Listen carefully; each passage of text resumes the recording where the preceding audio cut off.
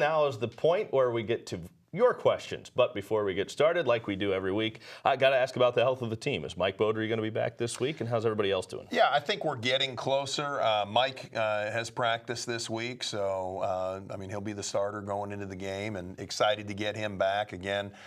Took the right precautions last week, and we were able to find a way to get a victory without him. So excited to have him back. All right, very good. Well, let's get to it. You can, of course, submit your questions if you've got some for Coach Shinnick. Go to goargos.com and click on the button that says Ask the Coach. So we get started today. William in Pensacola is first up, and he wants to know your feelings on screenplays. He certainly liked the one that Chris Schwartz ran that went for big yards. So how do you feel about screens?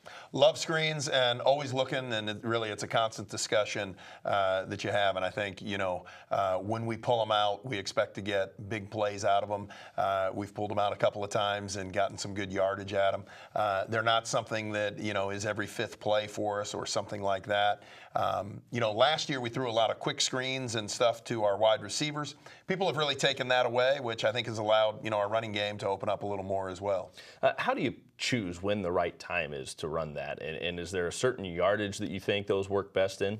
Well, you're always looking, they're a typical third down play, sometimes a second and long. But at the same time, it's really more of where is the defense and how are they aligning to you, and can you get the look that you're trying to get? All right, Stephen in Merritt Island has a great question for you. We've talked a lot about it before. I don't know that we've ever actually talked about it on the air, but he wants to know, what did your dad teach you about coaching? Do you have any words of wisdom that stand out in your mind from him?